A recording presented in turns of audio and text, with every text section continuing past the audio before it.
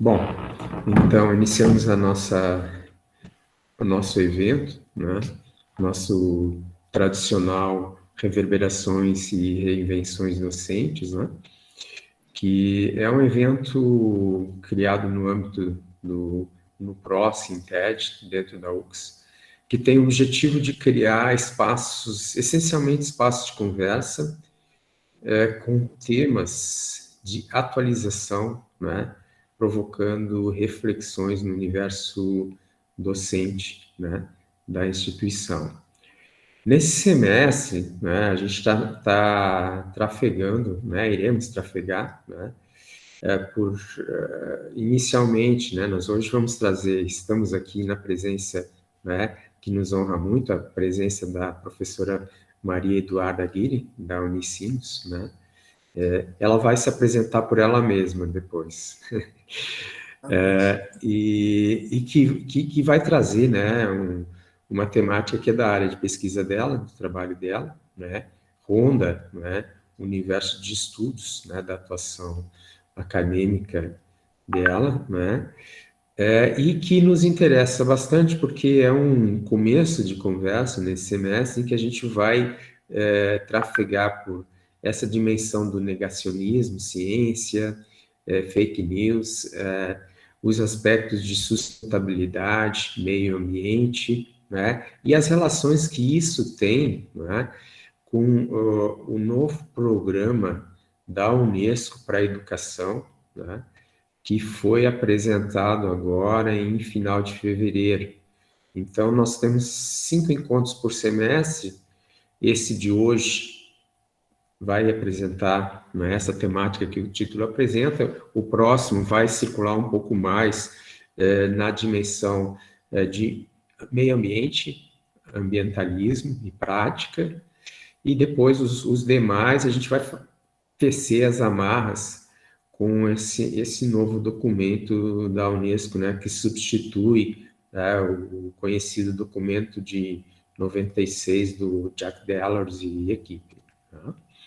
Então, muito nos honra a presença da professora Maria Eduarda aqui nesse ambiente, que vai iniciar essa provocação, né? Lembrando sempre que essas reverberações e reinvenções docentes são espaços de conversa em que trazemos um pesquisador, né, um professor que lança, né, a temática no primeiro tempo, mas praticamente assim 1/3 do tempo, né?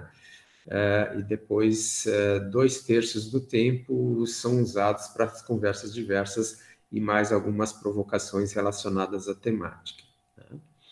Então, eu vou pedir agora para a prof. Doutora Maria Eduarda Guirin fazer uma breve apresentação para que a gente possa contextualizar ela dentro do nosso ambiente, né? E ela trazer um pouco do contexto, né? E as contingências que a trazem aqui para essa temática, né?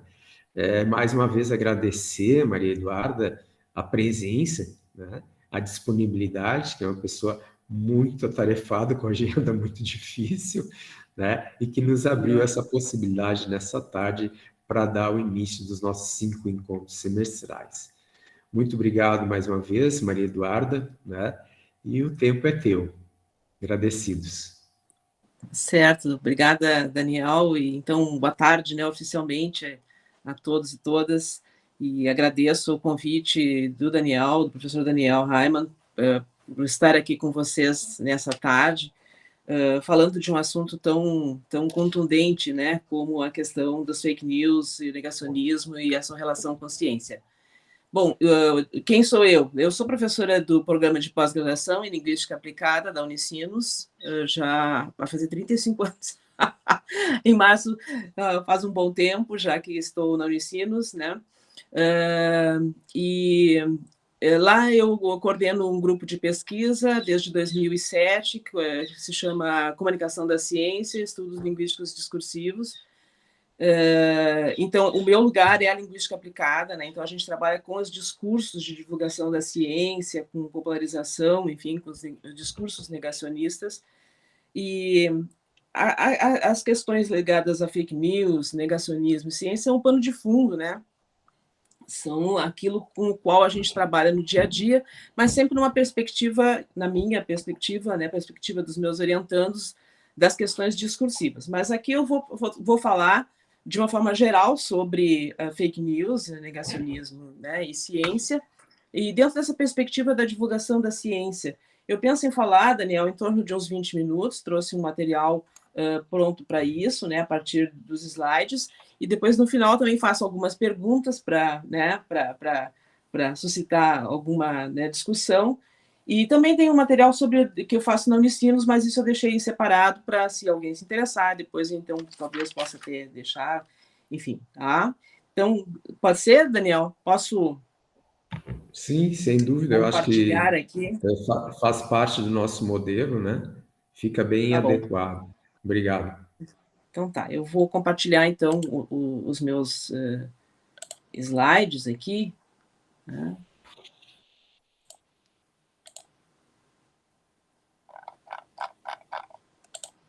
Deixa eu colocar na apresentação aqui, tá?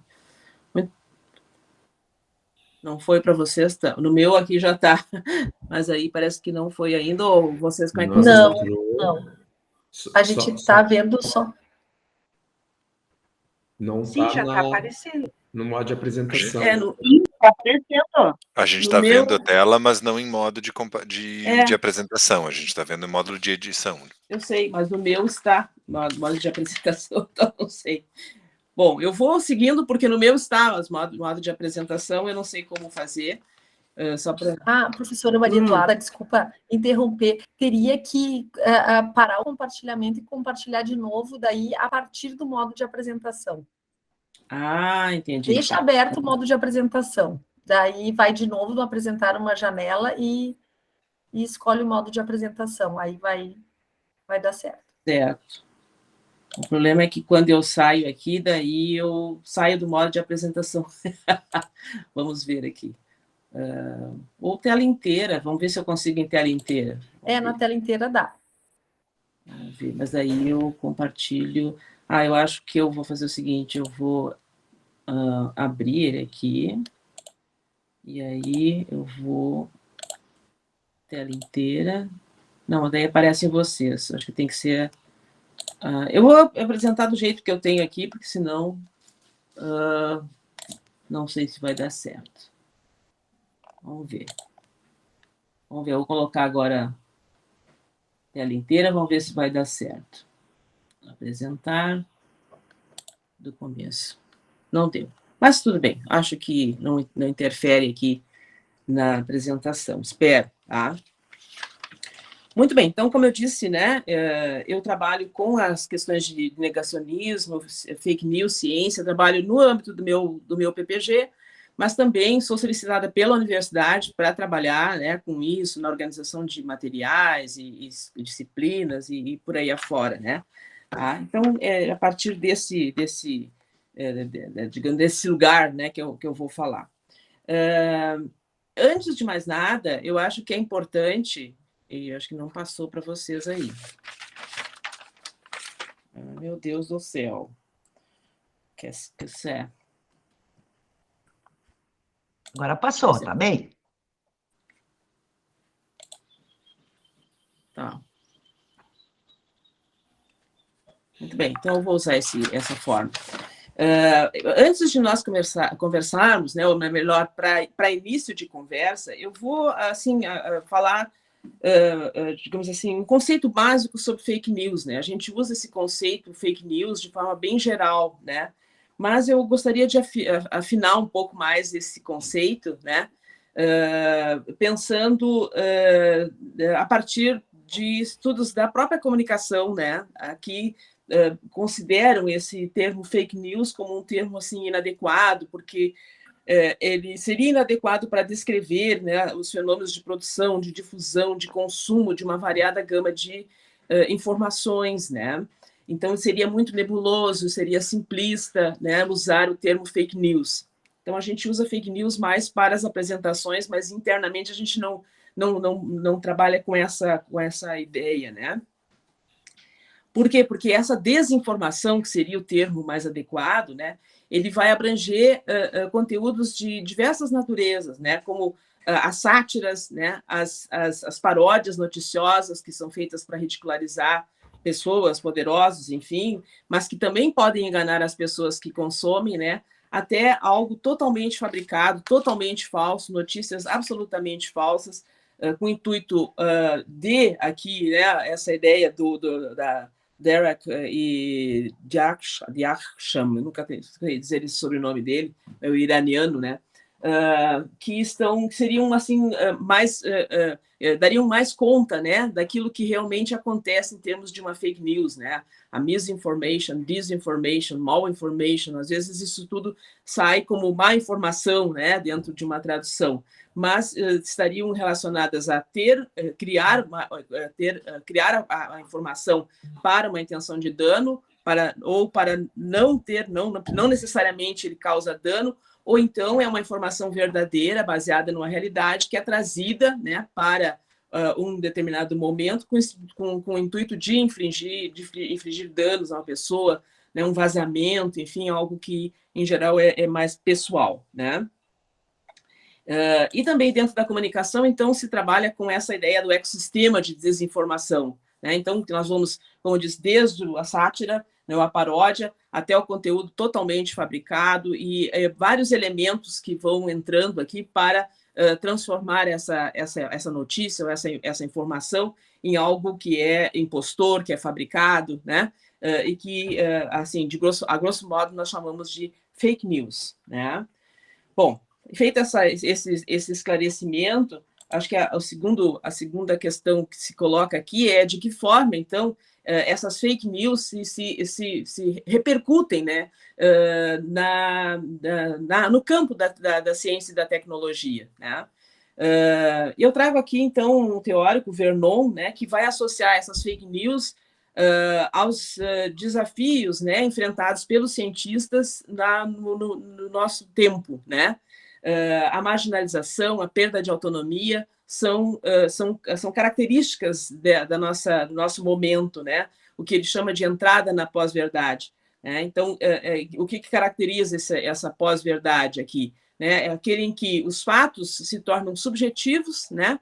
E qualquer informação que vai conflitar com a opinião pessoal de alguém, então passa a ser questionável, né? Mesmo que ele seja baseado em fatos, né? Eu penso que um conteúdo que é assim, bem exemplar nisso são as mudanças climáticas, né? Aqui ao lado eu trouxe, não sei se vocês estão enxergando, porque está agora pequenininho aí, né? Mas ao lado eu trouxe, deixa eu ver se eu consigo aumentar aqui, acho que melhor aí, ó. Acho que assim fica melhor. Eu trouxe uma notícia, né, da desoneração do Ricardo Galvão, do Dr. Ricardo Galvão, que era presidente do INPE, na época, em que ele divulgou, né, dados de desmantelamento da Amazônia e que foram considerados pelo governo atual como mentirosos, e ele simplesmente foi exonerado, né? Também a gente pode associar a questão das fake news. Agora eu não consigo mexer aqui, deixa eu ver.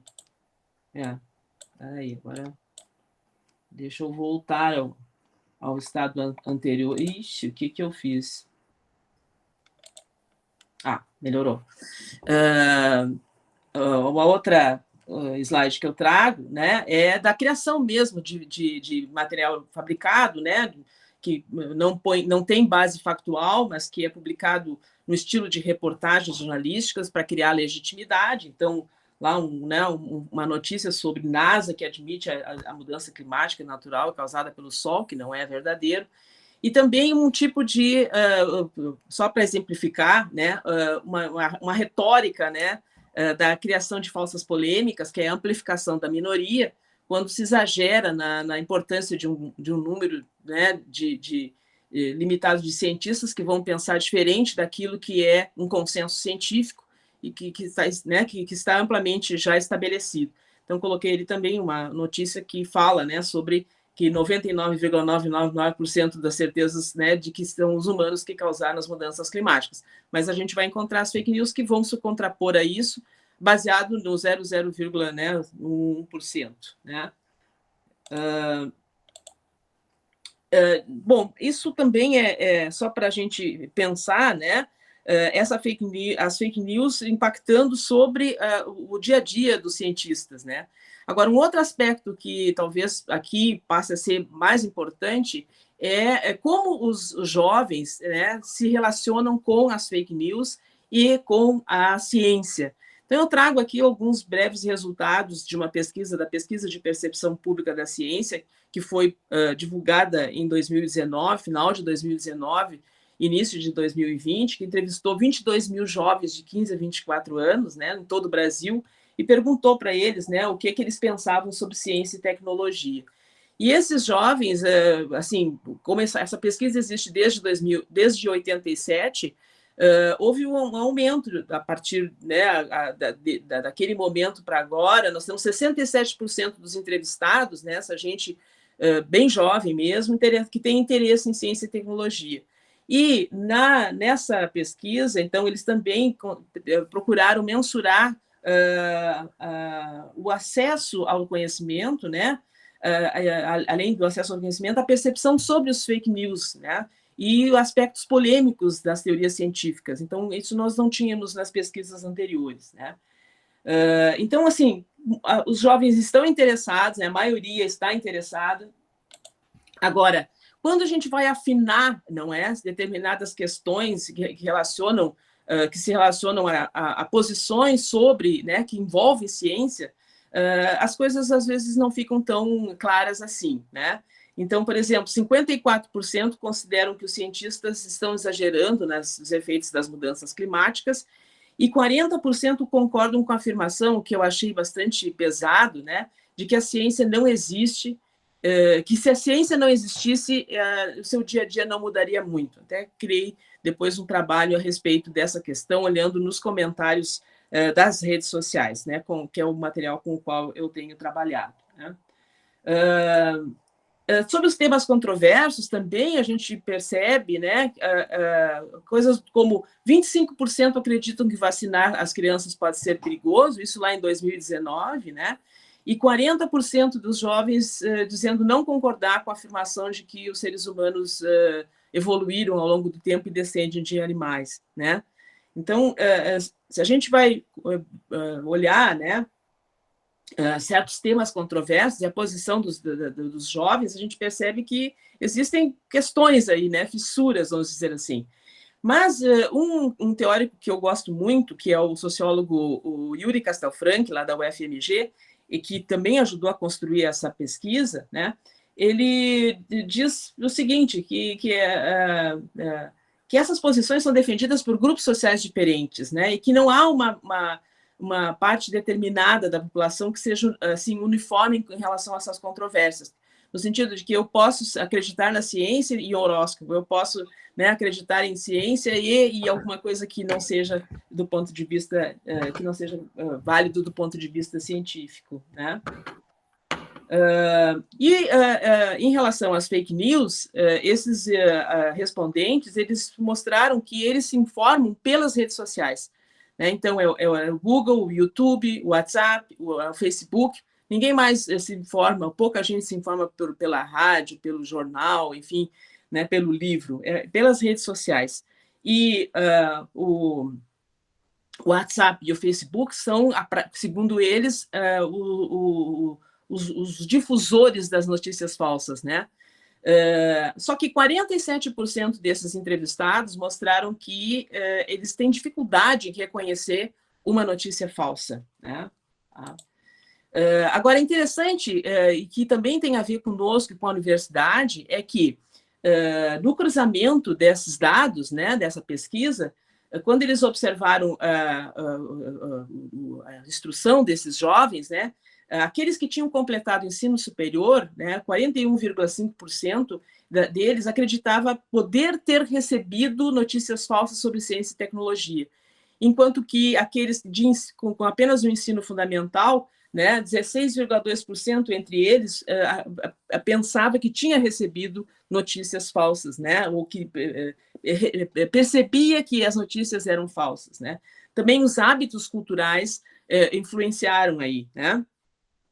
Quanto mais, né, quanto maior a frequência a eventos culturais, a visitação a museus, espaços de ciência, participação de atividades de cunho científico e cultural, maior a sensação de ser alvo de notícias falsas, né? Então, a instrução aqui tendo o seu papel bastante forte, né? No entanto, a gente sabe, deixa eu ver aqui,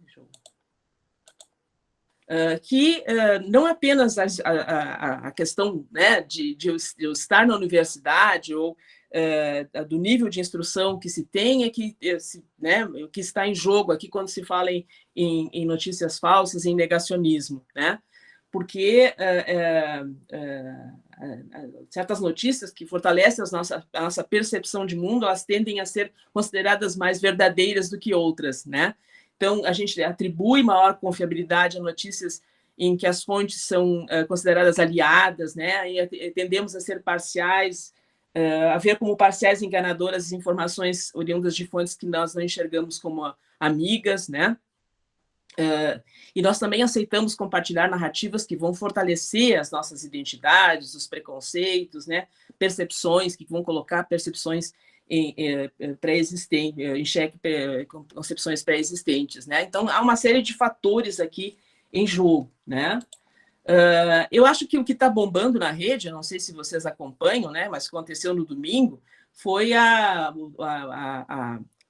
fala, né? A Pasternak, a Natália Pasternak, essa divulgadora de ciência, microbiologista, né, que é uma grande divulgadora de ciência, que está agora no pós-doc nos Estados Unidos, ela publicou no Globo uma coluna em que dizia que a homeopatia era feita de nada, né? Ela botou o dedo na ferida em relação à homeopatia, que é uma coisa que para muita gente está, né, é tranquila em relação às questões científicas. E ela postou esse material, né, colocando ali os porquês, as razões científicas de se considerar a homeopatia como um placebo. E o que aconteceu em seguida, né, dentro lá do Twitter, na conta dela, é que ela foi atacada de tudo quanto é jeito, né? Então, nós temos, assim, ela tem ali dezenas de ataques, né? Mas esses ataques, até eu coloquei ali uma flechinha para que diz assim, essa maiúsculo, sua falta de respeito com o conhecimento do outro, que você não entende, mas julga, fala muito mais sobre você do que sobre o outro.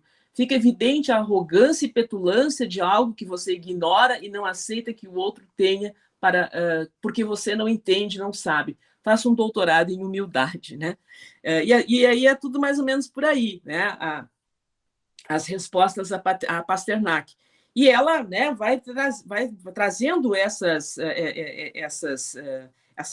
argumentos que, na verdade, são falácias, né, que são aquelas falácias ad hominem, né, que atacam a pessoa porque não tem argumentos. Então, ela usa isso para tentar, a partir disso, discutir o porquê, né, que, passados 200 anos da criação da homeopatia, hoje não vai se considerar como algo científico e aceitável, né? Então, a gente percebe esse embate, né, que existe lá nas redes sociais, que é o que eu trabalho bastante, porque é um material muito rico, né? Bom, ações, né? Como é que quais são as frentes que a gente tem assim levantado para né, combater, enfim, discutir negacionismo, fake news e pseudociência, né? 3 frentes, né? O letramento midiático e digital, o letramento científico e a popularização da ciência, né? Então, aí ao lado eu coloquei aquele manual da Unesco, né, sobre jornalismo, fake news e desinformação, que é bastante rico, né, com módulos de trabalho para o ensino superior. Eu vou começar aqui brevemente com a popularização da ciência, né? E que envolve questões bem complicadas, às vezes, para dentro da universidade, né? Porque, a ciência é vista, trago o Castelfranc para falar, né, como esse processo, uma batalha entre hipóteses, refutação de conjecturas, descarte de erros, né? E essa definição, essas características, elas são vistas por muitos como fragilidades da ciência, né? como não confiável, né, porque trabalha com verdades provisórias, enfim. Então, mais do que simplesmente informar, não é, as pessoas a respeito do que a ciência, enfim, dos últimos achados da ciência, é importante também compreender a ciência, né, conhecer a própria atividade científica. Então, dentro da divulgação, também a atividade de como se faz ciência, qual é a essência da atividade científica, como pensam os cientistas, como os métodos científicos organizam a atividade científica, né? Então, a gente aposta na popularização da ciência, né, que é vista, então, como uma construção cultural, porque vai incentivar o pensamento crítico, a curiosidade, enfim, é uma frente, né, que se pode pensar. A outra frente seria essa do letramento científico, né, então, pensar a natureza da ciência, né, mas também a linguagem científica, trabalhar com a linguagem científica, a linguagem de avaliação dos argumentos baseados em evidências, né? E também saber lidar com conhecimentos articulados, né? Então, na crise pandêmica do Covid, foi preciso trabalhar conhecimentos como vírus, epidemiologia, estatística, desigualdade social, enfim, né? Vários elementos que se faziam necessários para compreender aquele momento, né? Também a questão do letramento midiático e digital, né? Então, eu tenho trabalhado bastante com isso, desenvolver nos estudantes, então, essa perspectiva interdisciplinar, o ceticismo saudável em relação às informações que eles consomem, né? Especialmente nas redes sociais, verificar a veracidade das notícias, as postagens, das fotos, os vídeos, os conteúdos de áudio, infográficas, estatísticas, né? Em contextos apropriados. Então, a gente tem trabalhado com isso também, né? E eu vou fechar aqui a minha fala, né, trazendo uma fala do Nogueira, do Salvador Nogueira, que tem um artigo interessante sobre negacionismo, e ele termina assim, ele diz assim: e só vamos desarmar a arapuca do negacionismo se encontrarmos uma base comum de fatos objetivos com os quais todo mundo possa concordar. Essa base só pode ser a ciência. E não porque ela seja moralmente ou ideologicamente superior, mas porque ela se aceita como falível, porque está fundamentada na dúvida, não na certeza. E a certeza inabalável, imune aos fatos, é o caminho mais curto para o retrocesso. Ele diz isso, né? O Salvador Nogueira. Bom, eu coloquei ali ao lado só uma ilustração, e eu faço, então... Aqui eu trouxe o Átila também, que eu acho que é outro divulgador de ciência que foi extremamente sacrificado durante, né, a pandemia, e essa figura ali na conta dele no Twitter, acho que é bem emblemática, né? A ciência ali com respostas complexas, mas um pouco mais certo do que aquelas que, né, são simples, mas talvez erradas, não é? E a maioria, então, vai por lá, esse a fala dele, né? Algumas perguntas, então, eu faria, só para suscitar essa discussão, né? Assim, qual seria a percepção de vocês sobre o combate em cada área de conhecimento, que eu acredito que vocês sejam de áreas de conhecimento diferentes, né, ao avanço das fake news e do negacionismo científico, como tratar em todos os campos da academia da ciência como processo contínuo, baseado em evidências, que trabalha com verdades provisórias, mas que mesmo assim é confiável, né? E qual o papel da universidade, que vocês acham que seja da universidade nesse enfrentamento, tá? Então, eu fico aqui e depois, se vocês quiserem, eu falo um pouco mais ainda sobre algumas coisas que eu tenho feito, tá?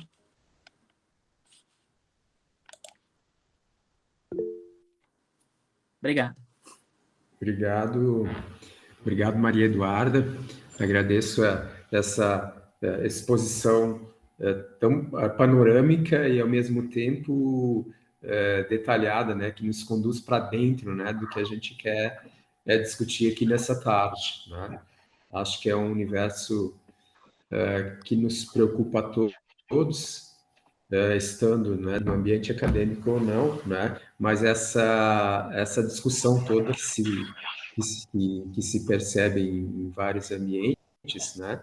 Que é uma discussão de um mundo em transformação, obviamente, né?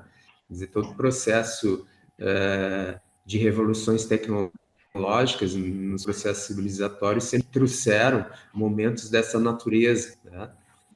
Certamente há registros históricos mesmo, né, de quando houve a Revolução Industrial, na virada dos 900, né, do descrédito que havia em relação a vários processos de produção, né, receios, medos, né, ataques, né, inclusive ataques a fábricas de tecelagem, por exemplo, né, que eram vistos como algo, né, absolutamente destrutivos das condições de vida que as pessoas tinham, né, e não deixa de ser, claro, dentro de um outro contexto, uma outra contingência, num outro momento histórico, né, algo parecido, ao meu ver, né, essa instabilidade que a gente está passando, né, ela coloca em xeque tudo que está à nossa volta, né.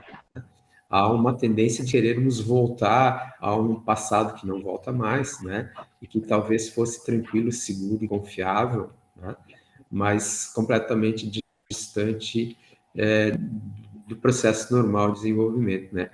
E aí a gente tem várias dimensões, e muito interessante a pesquisa que traz, né, do interesse, né, de uma maioria significativa de jovens em relação à tecnologia e ciência, mas no fundo, né, quando a gente começa a penetrar para dentro, né, do que se passa, né, nesse interesse, o que é esse interesse, né, ele está cheio de brechas, assim, né, de discórdia, né, de não concordância com o processo evolutivo, né, quer dizer, e aí, é claro, me parece que são diversos universos distintos, né, dentro de uma mesma sociedade que professam várias verdades, né, e aí vem a condição da pós-verdade, né, porque são vários grupos que estão desmantelados, né.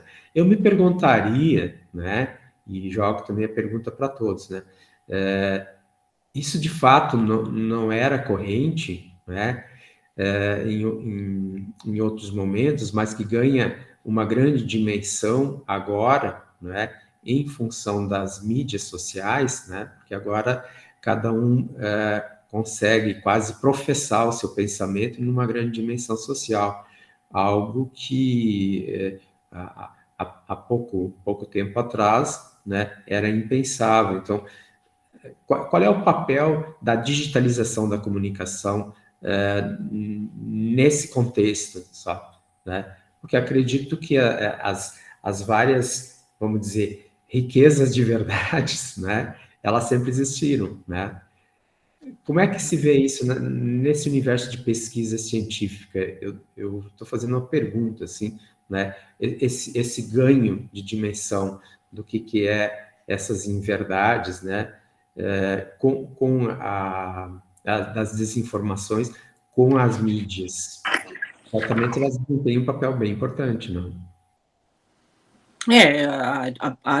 Por exemplo, a divulgação da ciência, ela ganha, se até 2019 ela estava em declínio, né? A divulgação da ciência estava em declínio, vários jornais tinham fechado suas editorias, né, de ciência e de divulgação.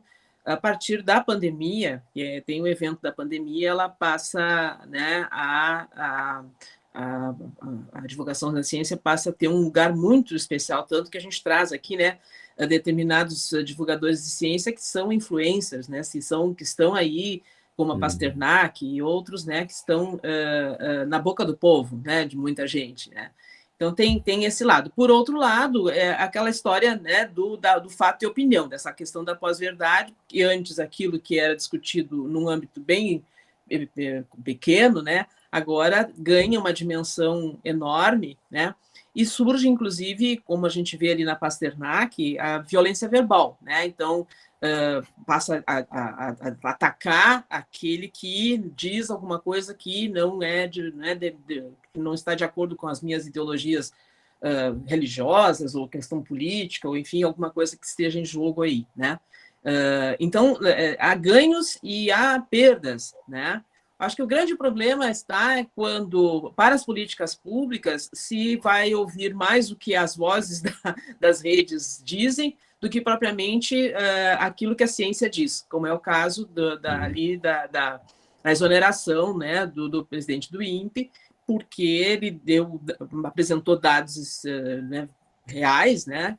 E ele foi, então, exonerado, dizendo que era mentira o que ele dizia. Então, é um jogo de mentiras, de verdades, eles dizem um jogo de narrativas, mas que isso é extremamente perigoso para todos nós, né? E a divulgação da ciência, ela está presente aí, mas daí o que acontece é que antes se pensava muito da divulgação da ciência como, informar o público, né? Eu acho que às vezes as universidades ainda estão com uma ideia assim, né? Eu faço uma determinada pesquisa na universidade, faço uma espécie de press release ali, entrego para a imprensa, ou entrego para alguém para divulgar o que eu estou fazendo. E a gente percebe, quem trabalha com divulgação da ciência percebe que isso não tem grande resultado, na verdade, né? E que a coisa tem que ser mais desenvolvida dentro dessa linha da ação, de compreensão da ciência, de experienciar a ciência, né, de se colocar a ciência ao lado das pessoas e como aliada, né?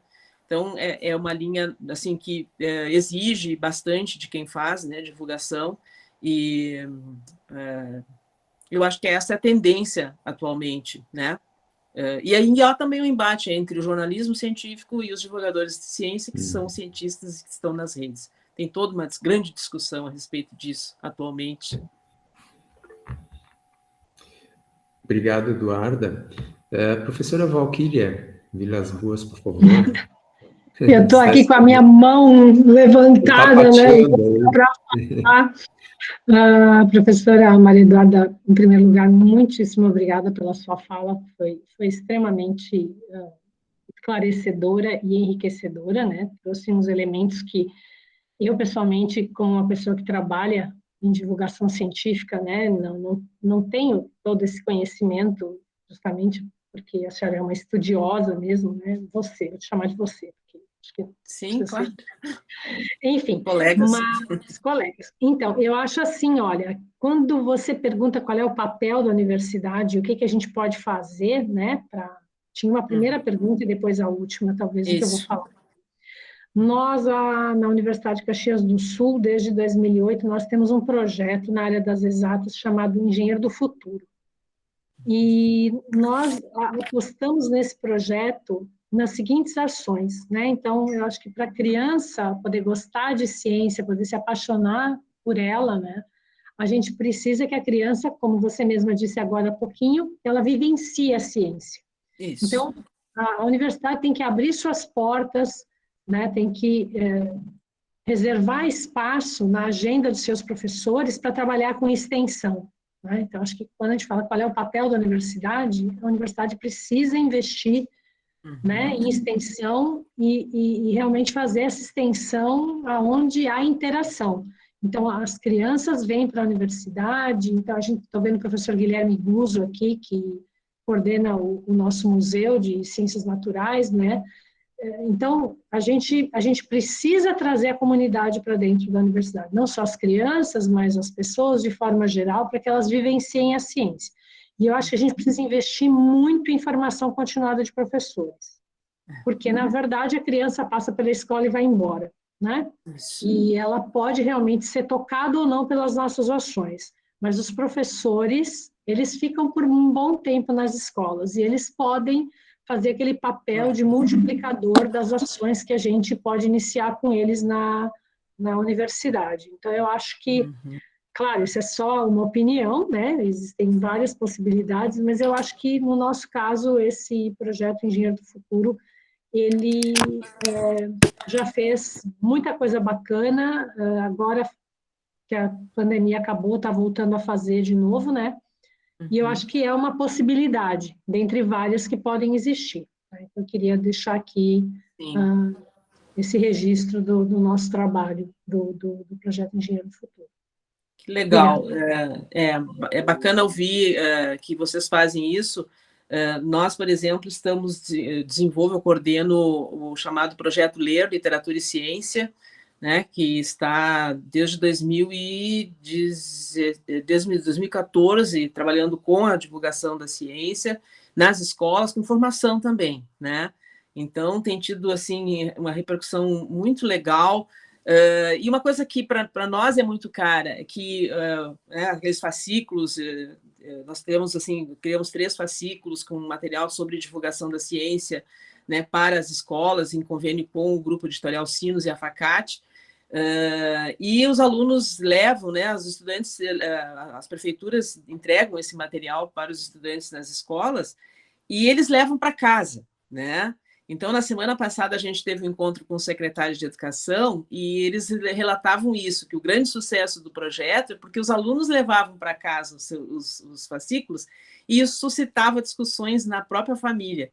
Para nós, isso é riquíssimo, né? Então, claro que a gente sabe de muitas variáveis em jogo, né? Quando se fala em ciência e discussão, enfim, dentro da própria família, mas o fato de a gente poder entrar dentro, né, das casas das pessoas e poder trabalhar assim com os professores, né, o processo todo é também um ganho, como vocês têm nesse projeto dos engenheiros do futuro. Legal.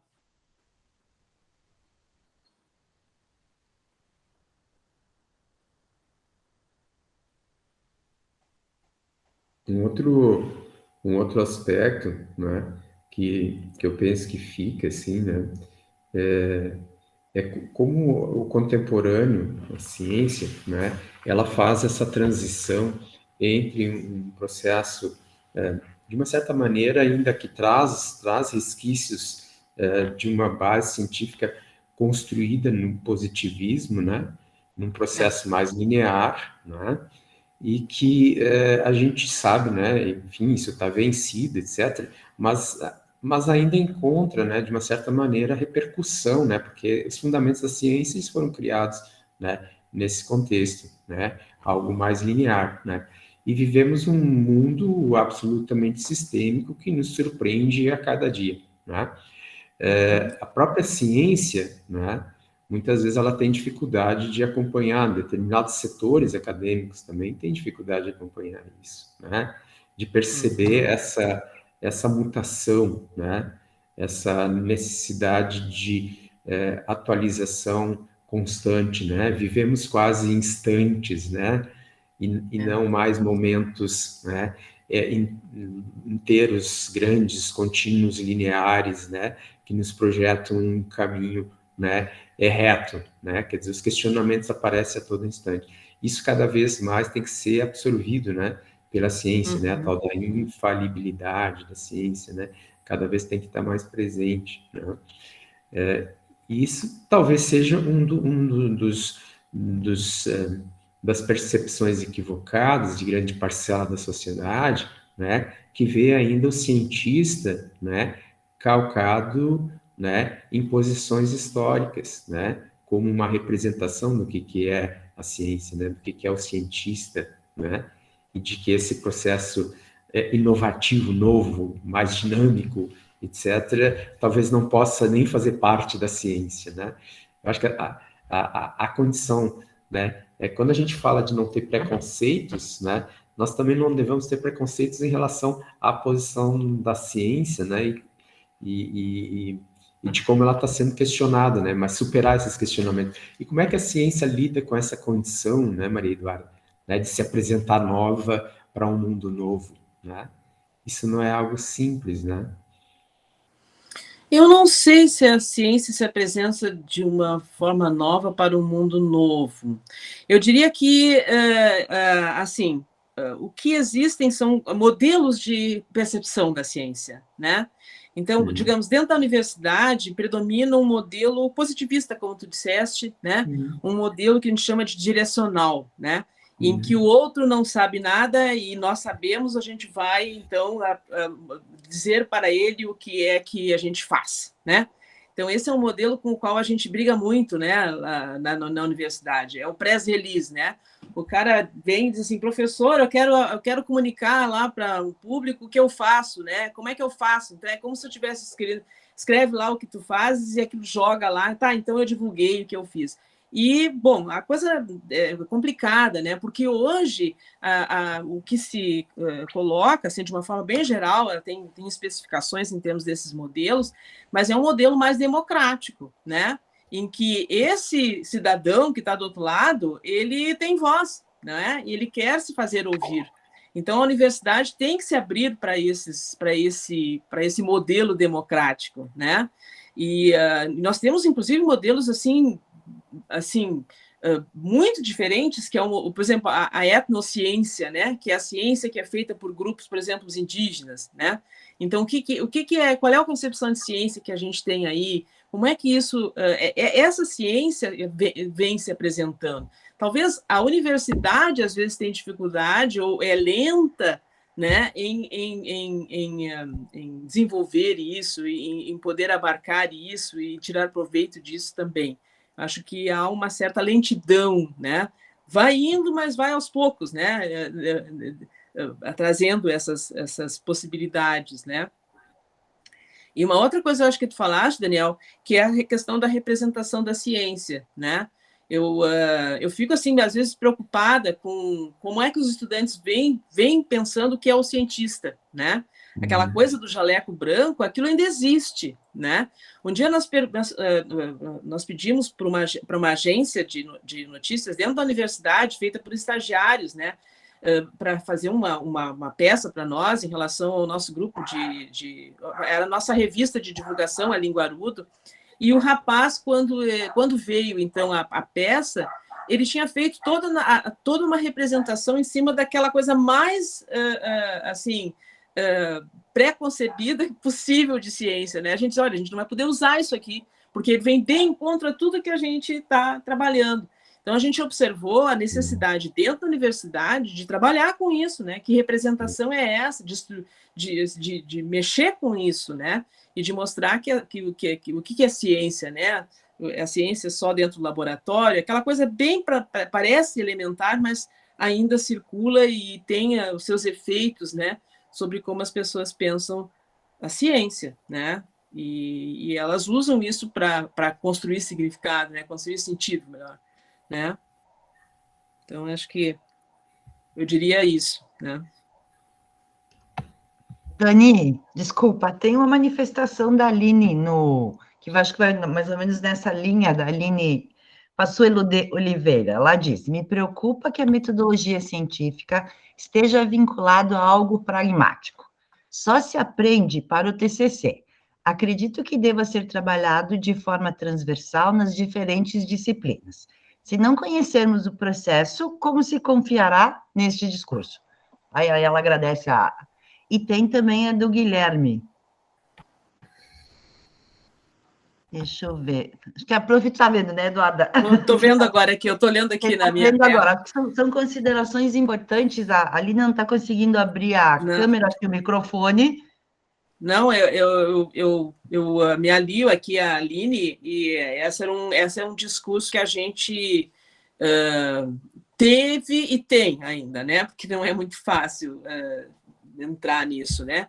Que a ciência, que a metodologia científica, a questão, né, desse pesquisador, que é o próprio professor, enfim, quando a gente está trabalhando com formação de professores, ela tem que estar presente o tempo todo dentro do currículo, né? Não é só uma disciplina que trabalha com isso e depois nunca mais, né? Então, para mim, essa discussão que a gente fez lá sobre, durante a pandemia, os médicos não têm formação, não têm letramento científico, mas como não tem letramento científico, né? Quer dizer, o que aconteceu nesse período, nesse percurso, né? Ou sei lá, disciplinas ou áreas que a gente pensa assim, bom, o cara deve ter tido, né, formação, né, científica sobre a questão, não apenas a informação, mas a formação, não é, científica, e às vezes isso não está presente. Então, o que eu acho que o que a pandemia nos mostra é a necessidade urgente de a gente rever, né, certos currículos e pensar seriamente nessa possibilidade, né, e necessidade de colocar essa discussão e a permanente discussão sobre a metodologia científica, né, em todas as disciplinas, né? Então, no nosso curso de letras, a gente está discutindo isso, né? Porque a gente viu, assim, dificuldades, especialmente do grupo que passou agora, né, o tempo todo na frente das telas, né? Então, como é que a gente pode trabalhar isso? É uma dificuldade, eu acho que todo mundo está vendo isso, né? Está percebendo essa dificuldade de escrever, né, sob a perspectiva científica, de trazer evidências de como é que se busca isso, né? Isso tudo acho que é um conjunto de ações e que é interdisciplinar, né? Tem que ser trabalhado interdisciplinarmente para a gente ter uma eficiência, vamos dizer assim, né? Poder mudar, né? Então, realmente, Aline, eu acredito, né, que não é só para o TCC, né? Embora muita gente faça isso, né? Trabalhe, organize dessa forma, né? Acho que até uma aula de literatura pode trazer, né, questões de metodologia científica, todas as áreas. Não tem ninguém dentro da universidade que escape a isso, né? Acho que é permanente essa discussão, né, dessa forma humana, né, de encarar a realidade, né, o mundo natural, o mundo sobrenatural, como é que se pode fazer uma discussão sobre isso? Eu acho que isso é permanente, né, em todas as áreas, né? Então, não é fácil, né, fazer isso. Eu não sei como é que vocês estão nisso, mas nós na Unicinos estamos pensando nisso, né? Então, por exemplo, eu criei uma disciplina já há algum tempo, uma disciplina que se chamava Experimentação Textual e que se focou agora para a questão da ciência, como a ciência funciona, quando os alunos entram na universidade, né? E depois para a produção de material de divulgação nas redes sociais. Também uma disciplina chamada Comunicação da Ciência, que é para os bacharelados, né? E é bem legal, porque a gente discute negacionismo, a gente discute tudo isso, e eles vêm para a sala de aula, muitas vezes com preconceitos, né? E a gente faz essa discussão, e o resultado é bem legal, porque eles têm que produzir algo, né, que mostre como é que eles, né, vivenciaram isso, como é que eles estão trabalhando com essa concepção, né? Então, tem sido bem bacana essas disciplinas que eu criei na época, né? Tem funcionado legal, então estou feliz com isso.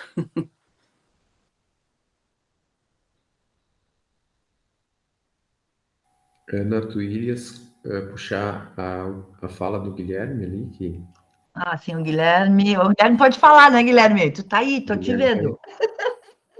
Estou por aqui, boa tarde. Primeiro, obrigado, prof. Maria Eduarda, pela sua apresentação. Eu também parabenizo quem promoveu o evento. Acho que a gente discutir esse tipo de assunto é sempre importante na universidade. E eu só um comentário, que é uma coisa que eu observo. Eu sou professor do curso de Biologia, e que a gente discute bastante nas aulas. A gente dá uma ênfase que é, de certa forma, adequada ao conhecimento dos produtos da ciência, né, as ideias, por exemplo. Então, a gente tem que, em biologia, compreender adequadamente a ideia de evolução por seleção natural, por exemplo, que é um conceito fundamental na biologia. Mas, de certa forma, às vezes, no processo, a gente esquece um pouquinho de ressaltar ou de discutir sobre como nós sabemos disso. Quer dizer, como é que, através de que formas de investigação, que linhas de evidência, que tipo de discussão ou de discussões ocorreram que nos conduzem ou nos convergem à conclusão de que a evolução por seleção natural é a melhor explicação para a diversidade da vida. Então é comum, às vezes eu discuto em aula e alguns alunos têm dificuldade em falar, em levantar evidências. A gente sabe, aprendeu assim, mas não consegue argumentar de uma forma razoada a respeito de como a gente pode ter uma certa segurança em afirmar que isso é verdade, ou pelo menos o mais próximo possível que nos é, né, humanamente, de chegar à verdade. Então, a questão do processo me parece que falta um pouquinho a gente discutir, que envolve a história da ciência, a filosofia da ciência, a tecnologia, entre outras coisas, né, mas que trata exatamente disso, de como é que a gente chega até uma ideia científica. Enfim, basicamente é isso, sabe? A gente valoriza o produto, que é o que me parece adequado, mas talvez a gente dê pouco espaço para o processo. Eu vejo isso também, né? Mas mas é um conjunto de fatores, né? Eu acho assim, não é uma disciplina que vai fazer isso. Eu acho que aquilo que a gente estava comentando antes também. Então, à medida que a gente vai avançando nas disciplinas, no conjunto de disciplinas do currículo, a gente tem possibilidades de tocar nessa questão de alguma forma, né? Não como um produto acabado, mas como um produto que é fruto da inteligência, né, humana, enfim, dessa relação toda, aquilo que hoje é considerado mito, enfim, no passado era considerado ciência, quer dizer, também eu acho que tem um fator importante aqui é de compreender a história da ciência, né? Então, se a gente conhece a história da ciência, né, muitas coisas, eu, por exemplo, tinha muitas coisas que eu não tinha ideia. À medida que eu fui ler lá alguns, né, livros sobre a história da ciência, eu fiquei encantada com a história da ciência. Né, uma narrativa maravilhosa que a gente pode transformar em coisas muito bonitas, né, em termos de divulgação, e que permitem a gente compreender o hoje, né, e a evolução do que nós temos hoje. Por exemplo, a questão das vacinas, né, qual é o processo, como é que isso aconteceu, por que hoje a gente consegue ter vacinas em 1 ano e não... Aí a gente tem aquelas afirmativas, não, mas a vacina não é válida, porque não vale, porque as outras vacinas demorou no mínimo 10 anos para, né? Mas, assim, qual é o processo que está em jogo aqui, nós chegamos ao ponto de, né, podermos ter uma vacina em 1 ano e meio, né? Mas que não são 1 ano e meio, é toda uma história que vem por trás aqui, né? Então, acho importante. Isso, para mim, faz parte do letramento científico, né? Eu acho que a gente tem que apostar no letramento científico, que não é só conhecer a notícia final, a descoberta, né, enfim, o que se coloca ali, mas justamente isso, né, de pensar também os tempos da ciência, né, como é que a coisa funciona e coisas dessa ordem que eu acho que são fundamentais aqui e que às vezes a gente deixa de lado, né. Eu concordo, viu, Guilherme? Obrigado, Guilherme, pela participação, né? E importantes comentários. Mais uma vez, Eduardo, obrigado. E a Valquíria está ali abanando de novo. É uma enxerida, uma metida, né? Mas, assim, eu só queria dizer isso que a Eduarda falou do tempo da ciência, né? Isso aí é super importante. Na história das vacinas é uma coisa que as pessoas não levam em consideração. Tá, tudo bem, levou 10 anos para desenvolver uma vacina, 30 anos atrás. Mas hoje, olha todo o conhecimento acumulado que a gente tem, toda a tecnologia, a biotecnologia que foi desenvolvida, né? Então, é óbvio que o que levou 10 anos, 30 anos atrás, é razoável que leve 1 ano e meio, ou menos de 1 ano hoje em dia, né? E isso as pessoas não param para pensar, porque realmente não tem um pensamento crítico, que foi aquilo que o Guilherme escreveu ali atrás. A gente tem que ajudar as crianças, as pessoas a desenvolverem um pensamento crítico. Outros, sim, a gente vai viver, né, para sempre esbarrando nessas questões, né? Porque, obviamente, tem gente que não sabe nem amarrar, dar laço no sapato. Essa é a verdade, desculpa falar assim, mas é duro, né? Para mim, essa ideia do letramento crítico, né? Agora nós estamos num convênio, eu estou lá junto, mas é a comunicação curso de comunicação da Unicinos, junto com a Embaixada dos Estados Unidos, num curso sobre justamente letramento crítico da mídia, né? E de poder pensar o que se apresenta na mídia, né? Como se apresenta, essas questões todas de como eu leio, né? O que está em jogo, né? Então, isso a gente tem que preparar o professor, né? Nós que trabalhamos trabalhando com professor, né? De formação de professores, a gente e não só dentro da universidade, mas também lá fora, dando oportunidades para se desenvolver isso, né? Porque a questão do letramento crítico, ela não cai do céu, né? A gente tem que construir isso, né? Eu acho que isso é uma tarefa da universidade, nossa, como eu, no caso, como também no curso de letras e nas licenciaturas, de poder trabalhar, né, com os alunos e com esses formadores né, que são professores, que serão professores, como eles podem trabalhar isso. E, sem dúvida, Valquíria, creio que é uma frente indispensável, né, nessa nosso combate aí, né? O Guilherme estava com a mão levantada. Eu ia aproveitar o comentário da Prof. Valquíria sobre o tempo da ciência e voltar a uma... A senhora comentou, o Prof. Maria Eduarda, na apresentação, né, sobre a questão da falibilidade da ciência ser uma das forças, e ela não é assim compreendida pelo público. A gente teve, durante a pandemia, alguns exemplos. Talvez o uso de máscara tenha sido o mais... enfim, o que foi apropriado, inclusive, por pessoas que negavam segurança de vacina, ou coisa assim. Então, essa é uma coisa também muito importante. A gente fala em letramento, né, e reconhecer que a ciência ela vai se corrigindo, que as pessoas estão continuamente trabalhando sobre temas que já foram ampliando o nosso conhecimento sobre eles, né? E essa, às vezes, aos olhares do público ou de algumas pessoas, né, parece ser uma fraqueza pelo fato de você poder chegar a conclusões erradas, por exemplo. No fim das contas, é uma força, porque essas conclusões erradas podem ser trabalhadas por outras, primeiro, vão ser apontadas por outras pessoas, nós conhecemos que são erradas, justamente porque outras pessoas, assim, as apontaram, né? E a gente tem a chance de corrigir elas. Então, isso também enfim, um fator importante no letramento e algo que me parece também complicado de comunicar para o público, fora da universidade, inclusive, que às vezes a gente vê, até a própria imprensa, né, eventualmente divulga uma pesquisa, tomar tantas xícaras de café faz bem para isso, e na outra semana faz mal para aquilo.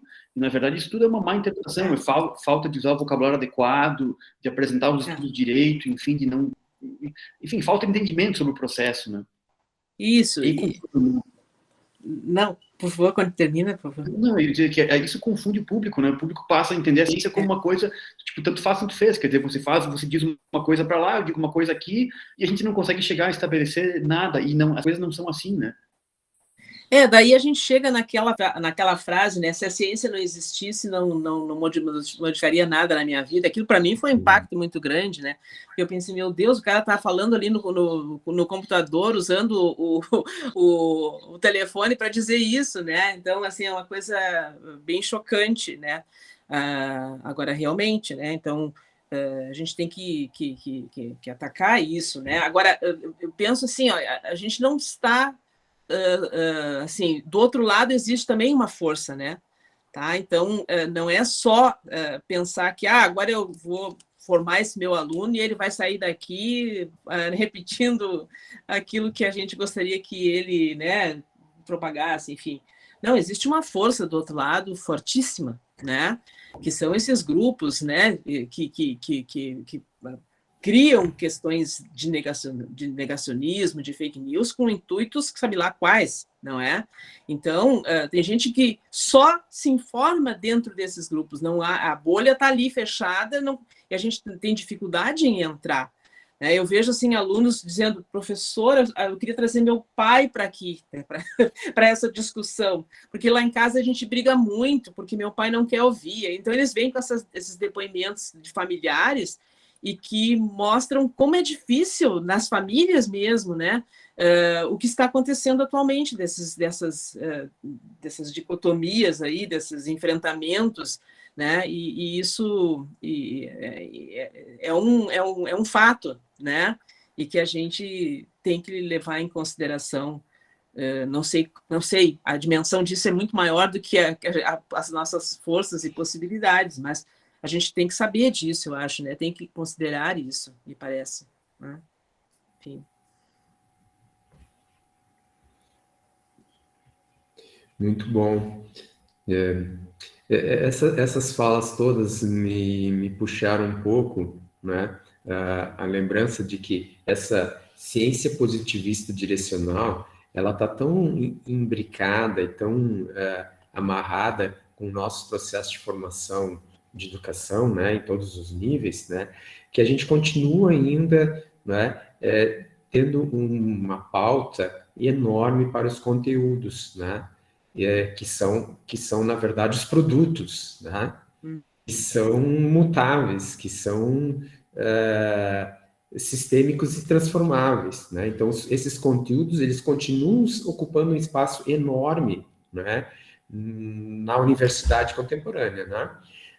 E os métodos, né, os processos de compreensão do que é o caráter crítico-reflexivo, né, ainda ocupa um pouco espaço, né? Quer dizer, isso ainda é um reflexo, né, de uma ciência positivista direcional, né? E ela gera o seu produto numa condição de aquilo que o Guilherme estava falando, a Aline também, né? A Eduarda repetiu, né? A condição gera um certo descrédito, porque não consegue entender de onde é que aquilo vem, assim, falando em poucas palavras, né? Quer dizer, se tu entende o processo, o método, né, a crítica, né, a reflexão, certo? Que ela pode estar se deslocando para diversos contextos e contingências e ela sempre vai ser útil, né? Então a gente está numa condição mais confortável, mas não é o que acontece, né? Então a gente continua muito pautando conteúdos, né? Que muitas vezes, né, o próprio estudante, o aluno, às vezes não consegue nem tecer relações, né? É bem interessante porque esse último documento da Unesco para a educação, né, ele vai trazendo muito a ênfase na convivência, né? E a convivência valoriza muito os contextos, né? Ele rompe com os colonialismos todos, etc., né? E aí começa a criar uma relação muito interessante para a gente reforçar um outro viés, né? Estão me acompanhando? Sim. É que a impressão que estava congelando aqui a minha conexão, né? Desculpem. Não. Não, Daniel, assim, eu acho isso que tu está dizendo assim, de extrema importância, né?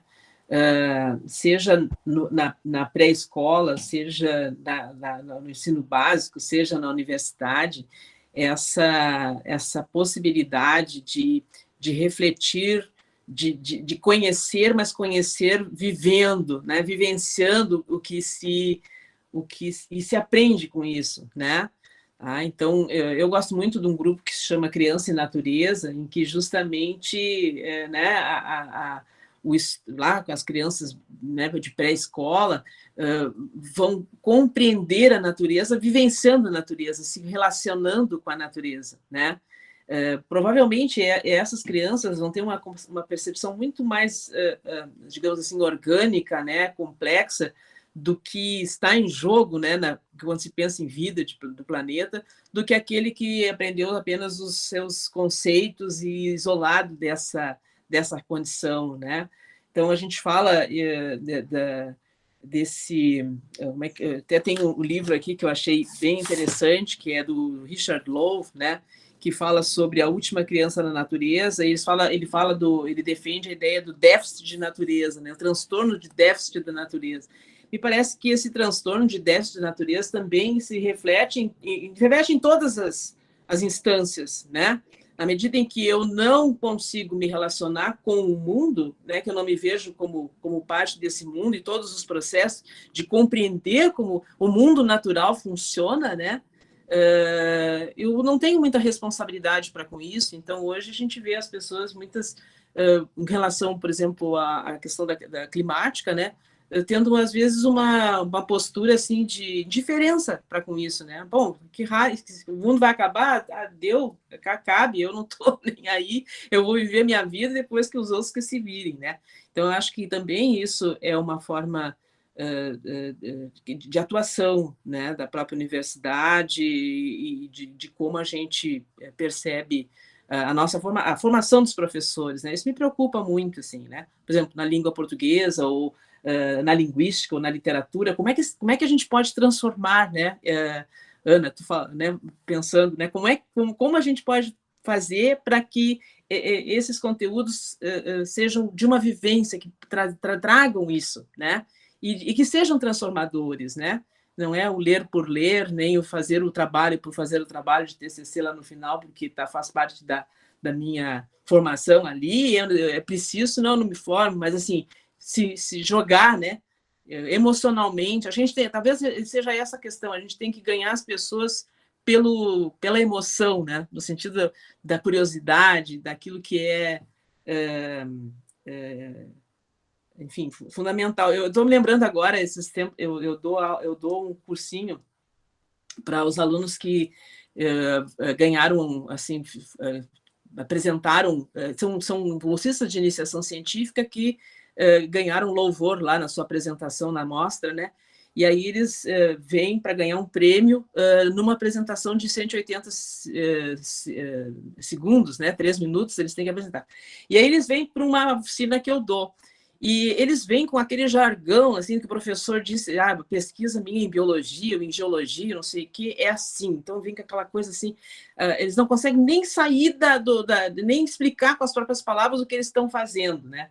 E, então, é todo um processo de dizer assim, sim, né, qual é a metáfora, qual é a narrativa que tem por detrás, enfim, né, fazê-los viver isso, e aí se transforma. Né? É muito bacana essa experiência, é uma coisa que me dá muito grande satisfação de fazer, é pegar esses guris de bolsa de C e transformar e poder conversar com eles para uma apresentação por que isso? Porque eu tenho que fazer com que o outro se interesse, que isso seja legal, que toque o outro, né? Então isso eu acho muito bacana, assim, eu gosto muito.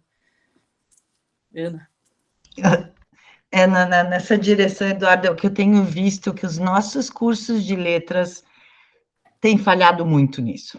Eu acredito. Tá? Eu vejo a própria resistência de colegas, não só da UX, de conseguir abrir esse leque e trabalhar com a questão da linguagem, não do conhecimento literário, não com as teorias literárias, eu sou da linguística, tá? Mas não com os processos de formação da língua, mas trabalhar com a linguagem. Sim. Tá? Isso é importantíssimo. Ontem, eu trabalho com a disciplina de leitura e produção de textos, nós fizemos com calouros e alguns que estão no TCC. Então, essa troca é muito legal, porque você pega o cara de início e o cara de fim, que já passou pelo processo todo de formação. A dificuldade e a discussão desse pessoal do TCC é que eles não se veem no trabalho. Pois é. Tá? Por que eles não se veem no trabalho? Quando a gente começa a falar na questão das citações, da referenciação, não sei do que, um menino da administração ontem disse, professora, eu não consigo me enxergar no trabalho. Por quê? A orientação que eu recebo é que tudo que eu digo tem que ter uma referenciação. Uhum. Tudo que eu digo tem que ter um autor. Tudo que eu digo... E aí, quem sabe, nós começamos a fazer a discussão de exatamente, quer dizer, qual é o papel da pessoa que está lá orientando o TCC de fazer com que o aluno vivencie esse processo. Sim, tem que trazer a referência? Sim. Tem. Mas qual é o momento do TCC que é do aluno? E que ele se enxerga nesse processo de constituição da ciência, da cientificidade, daquilo que ele está investigando. Tá? Eu acho que essa discussão assim, é primordial, e não é só pessoal de letras, né? Acho que todas as áreas, mas nós podemos auxiliar muito nisso. Com certeza. Desculpe, sabe, chegou a me doer o coração de o aluno dizer, eu não me enxergo no meu TCC, eu não tenho nenhuma parte que é minha. Eu digo, tá, né, querido? Mas assim, meio que matar a criatividade, né? Quer dizer, eu trago só o que os outros disseram e como é que eu me vejo nessa fala, né? Como é que eu me alinho a isso que foi dito? Por que eu me alinho, né? Então, eu acho que essas posições, assim, são importantes. Mas, Ana, aí que tá, aí era uma discussão, você conhece a Adila, né, a nossa coordenadora lá do curso de letras, ela veio muito preocupada com isso, ela disse, olha, nossos alunos estão escrevendo muito mal, eles têm problemas de como se colocar, não é?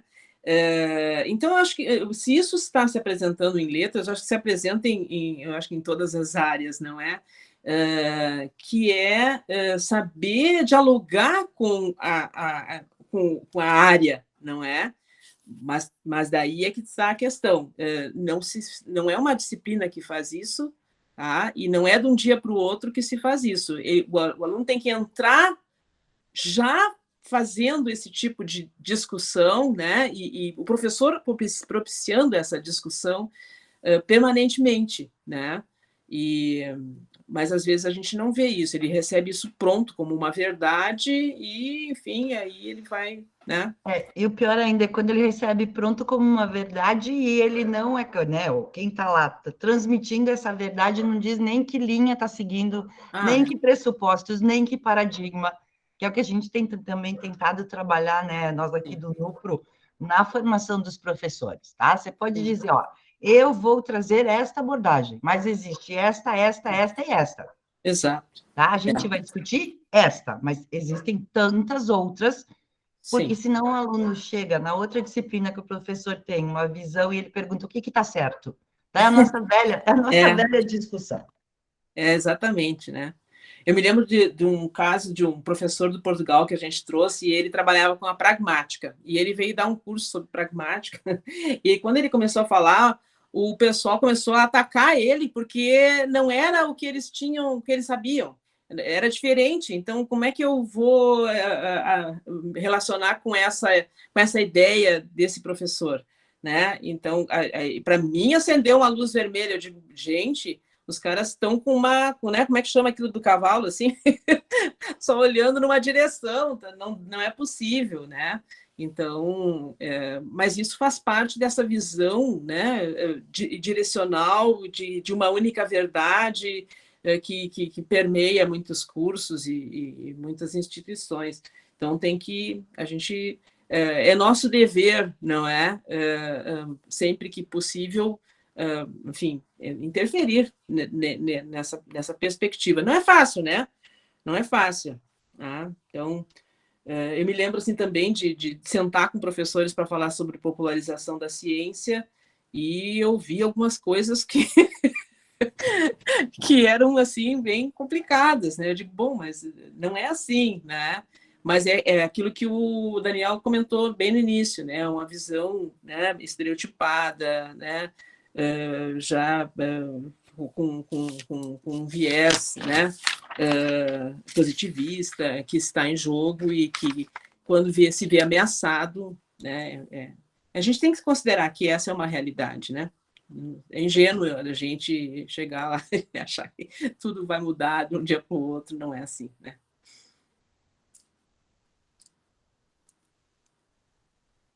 A Aline está colocando. Sim, né, Aline?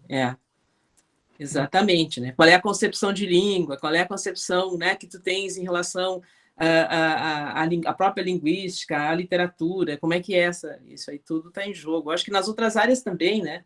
Creio eu, né? Existem, né, linhas teóricas que constroem, então como é que é isso, né? Isso tem que ser discutido com o aluno, né?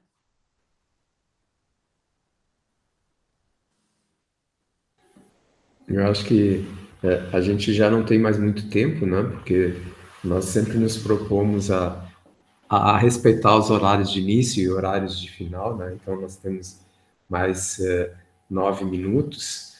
E, primeiro, assim, acho que o território dessas discussões sistêmicas, que é o que a gente propõe aqui, foi amplamente alcançado, né? Acho que a gente precisa desses espaços para nos mantermos vivos, né? Mas eu ia te provocar mais um pouco, Eduardo, né? Porque eu sei que tu tem ali mais um outro universo, assim, que tu trafegas, né? Nessa dimensão de meio ambiente, clima, etc., né? E na realidade, esse setor, ele está sendo quase que atacado, né? Porque a desinformação dos dados, das mudanças climáticas, né? E a potência com que isso está sendo feito, né? É muito grande, que nos coloca em risco, né? Enquanto sociedade, enquanto humanidade, né? Tanto que esse último relatório da Unesco, ele chama a atenção, né, de que nós devemos otimizar urgentemente, né, a nossa relação com o meio ambiente, né? Como a gente vai fazer isso, né? Como é que a gente conversa com esse meio ambiente, né? E tu falaste desse livro do Low, né? Que é a primeira criança da natureza e do déficit de natureza, né? Tu podias falar um pouquinho desse teu universo, assim, de trabalho, assim, nos últimos... Desculpe, Dani, desculpa, é que nós perdemos o nome do livro e está rolando aqui no grupo. Se tu puderes, por favor, repetir o nome do livro, a gente agradece. Mas é a primeira criança da natureza, né? Tem mais de um livro dele, mas o que eu tô com ele aqui é A Última Criança na Natureza. A Richard Última Lowe. Criança na Natureza. Ok, muito Isso. obrigada. E o outro é O Princípio da Natureza, né? Também bastante interessante, e que ele trata dessa questão. Olha, Daniel, eu vou dizer assim o que nós fazemos, tá? Digamos assim, eu sou mentora dessa nossa possibilidade aqui que a gente tem com o Grupo Editorial Sinos, que não intervém em nenhum momento sobre o que a gente faz, então a gente tem liberdade de pensar e fazer, e de compor os fascículos do projeto Ler, Literatura e Ciência. Então, as temáticas são todas desenvolvidas nessa perspectiva, né? Da relação do ser humano com a natureza, dessa integração, dessa visão integrada, sistêmica da natureza. Agora, a gente está incorporando também pessoas de outras áreas para poder construir o nosso número agora, o primeiro número de 2022, a Água se Planta, que é bem das águas da agrofloresta. Então, a gente tem trabalhado, organizado todo o fascículo dessa forma para crianças, desde crianças pequenininhas lá, com atividades, né? Gente que sabe fazer isso, que trabalha com essa temática para crianças de pré-escola, enfim, até o 9º ano. É um desafio grande que a gente tem feito, né? Tem trabalhado com isso. Então, esse meu lado ativista, ele se coloca dentro dessas ações e me dá grande satisfação. Eu digo assim que uma das grandes satisfações é poder trabalhar com isso, pensar, né? Fazer a minha equipe do Grupo CCL, de mestrandos, doutorandos, iniciação científica, professores, colaboradores, de trabalhar nisso e de ter uma repercussão boa, né? Como a gente viu, por exemplo, na última reunião com os secretários de educação, que nos deram carta aberta, carta livre, porque realmente a gente tenta trabalhar com questões ligadas a diversas áreas, né? Mas, assim, às vezes, inclusive, com conteúdos que estão no currículo, mas de uma forma diferenciada, não como um livro didático, né? E de propor ações. Então, a gente tem feito isso, procurado agir dessa forma, né? E esses textos são assim, a base, né? De se pensar nessas nossas relações, não só as crianças, mas todos nós, né? Com a natureza. Acho que é isso que eu tenho feito atualmente, né? E gosto muito de ler, tenho né, o tempo todo me informado sobre a questão para poder intervir mesmo, né? De uma forma diferenciada nesse aspecto. Porque a gente vê muitas vezes os professores trabalhando com conteúdos, mesmo interdisciplinarmente isso, né? Eu estou falando em várias disciplinas, só com aquelas coisas de conceitos e de questões, o clima é assim assado, a água é assim assado, aquela coisa que tu encontra em qualquer lugar. E a gente procura intervir aí, fazendo, né, uma quebra disso e de fazer com que a criança vivencie essas atividades. Então, a gente tem os 3 fascículos anuais, né? E também os encontros com os professores, que agora, durante a pandemia, a gente substituiu por vídeos e dessa relação remota que a gente tem, né? Então, é assim que eu tenho trabalhado, né, Daniel, desse meu lado ecologista aqui. Eu não ia poder deixar de tocar, porque eu sei que é um universo grande de trabalho teu, né? E é um universo em que você tem muita paixão, né, por esse... Adoro. E depois, né, como isso está em destaque agora no novo documento da Unesco, né, para a educação, né, se no documento antigo os 3 pilares eram ser, conviver e conhecer, agora é tudo conhecer, é tudo conviver, né, conviver com o outro, conviver com a natureza e conviver com a tecnologia, né, e como eu sei desse teu trabalho, eu acho que valia ainda nos minutos finais a gente puxar um pouco esse destaque, né, e talvez fosse também até tema para um próximo convite, né, a gente entrar mais nessa dimensão da ciência, mudanças climáticas, né, todo esse universo ambiental, né? Mas eu não sei, a gente está quase fechando assim o tempo, né?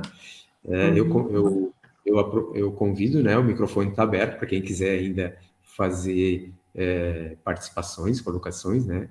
O microfone está livre. Eu, de minha parte, eu quero agradecer o convite, né, e dizer que eu gostei muito de conversar com vocês. Eu acho que esses temas são cruciais e quanto mais a gente discute, eu acho que, né, mais a gente se aproxima desses problemas e consegue pensar, criar, né, vislumbrar possibilidades de atuação. Né? Então, eu acho que tudo que eu faço é sempre nessa perspectiva do como é que eu vou atuar, né? O que eu posso fazer para mudar? Eu acho que talvez seria interessante, né, de ter assim uma rede, né, de pessoas que têm essa perspectiva também. Então, muito obrigada, Daniel, pelo convite. Foi muito bom estar aqui à tarde com vocês. Nós que ficamos muito felizes, né, com o teu aceite, né, primeiro, né, como eu disse, né, achar uma brechinha na tua agenda nem sempre é fácil, né, mas conseguimos, né, ótimo, sim. Né, e sim, certamente, né, foi muito proveitoso, né, esse nosso encontro, né, e com um público muito seleto, né, porque o nosso auditório hoje não tinha muita gente. Eu acho que o pessoal está se adaptando mesmo ao retorno dos presenciais pós-pandemia, com muitas atividades. Né? Mas eu vou agradecer, né, a ti, Eduarda, especialmente, né, e a todos que estão aqui, né, porque esse é um território de debate, é um território de discussão, né, e cada um que vem, né, e participa enriquece esse território, né, e faz reverberar, né, o conhecimento, né? Como a gente diz assim, né? Não é conteúdo de conhecimento que está em pauta aqui, mas como a gente lida com o conhecimento, né? Como a gente reverbera, né? Como a gente reflete sobre ele, né? Então esse é o nosso programinha aqui, né? Humilde, nós temos agora pela frente, esse é o primeiro desse semestre. Ah, né? Legal. Temos 5 a cada semestre, né? Mais ou menos na média, tem algumas alterações, assim, na média, cada 3 semanas, né? Sempre nas terças, quartas ou quintas, né? Vai se modificando, né? Os professores da instituição sempre recebem os convites com uma semana de antecedência e depois, no dia, né, eles são lembrados mais uma vez, né, da ocorrência do evento. Vou agradecer, né? E deixar aqui, né? Agora tu conhece um pouquinho aqui mais dos professores da UX, né? E sim, os professores da UX têm a oportunidade de conhecer um pouco o trabalho da Maria Eduarda Guiring na Unicinos. Obrigado. Foi um prazer. Obrigada. Obrigado. Tchau, tchau. Até. Tchau, tchau. Muito obrigada. Tchau, boa tarde a todos. Boa tarde. Tchau, pessoal. Tchau.